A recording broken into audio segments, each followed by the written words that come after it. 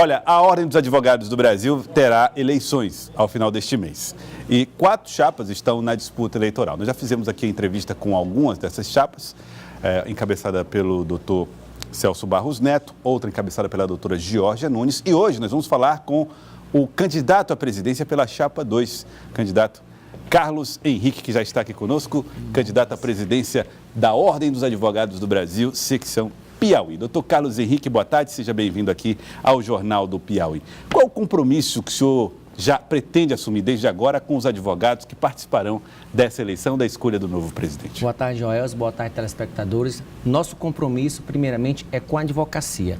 Trabalhar incansavelmente pela advocacia, pela sociedade e pelo Estado Democrático de Direito, sem se utilizar da ordem para fins pessoais.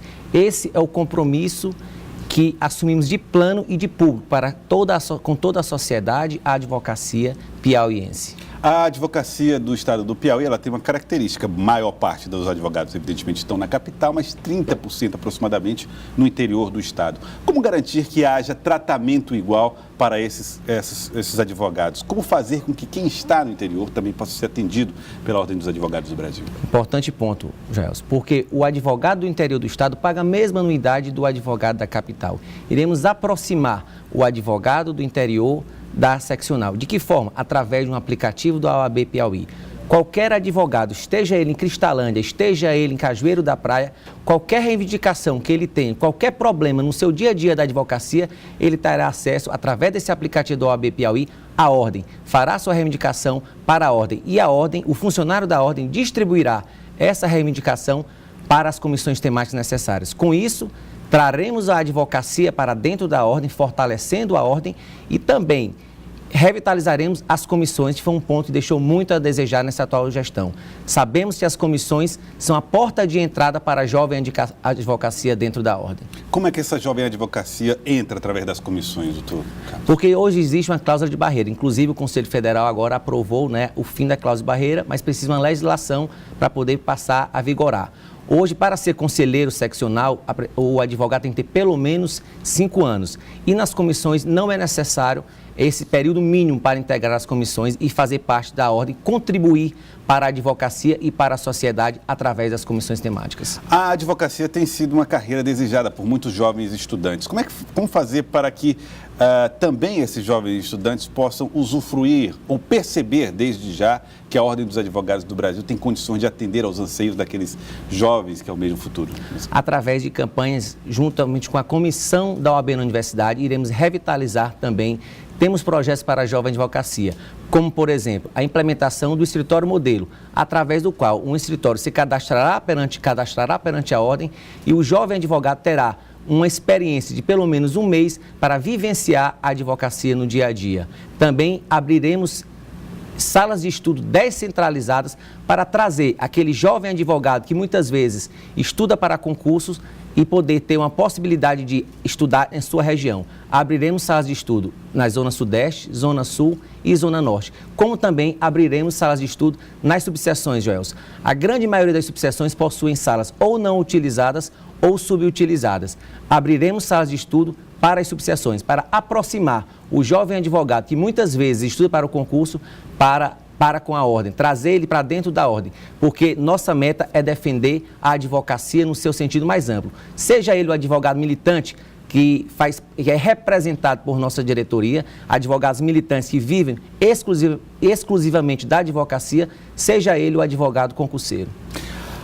O assunto transparência das contas da Ordem dos Advogados do Brasil foi trazido para a campanha por algumas das chapas de oposição. Como é que o senhor pretende tratar esse assunto, transparência das contas da OAB? Ao contrário do que foi prometido e não cumprido pela atual gestão, daremos total transparência para as contas da ordem. Você, advogado e advogado do Piauí, pode ter certeza que nós trataremos o nosso dinheiro, o seu dinheiro, com total transparência.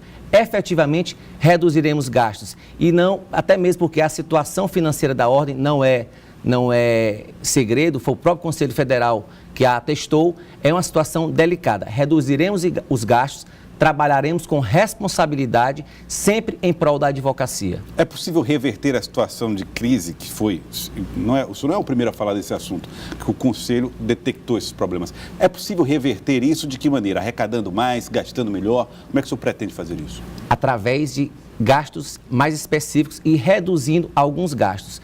Como, por exemplo, temos alguns aluguéis com valores elevados, iremos rediscutir esses aluguéis para podermos ter, de certa forma, valores para serem investidos de forma mais adequada para a advocacia, priorizando temas de relevância para o advogado e a advogada no seu sentido mais amplo.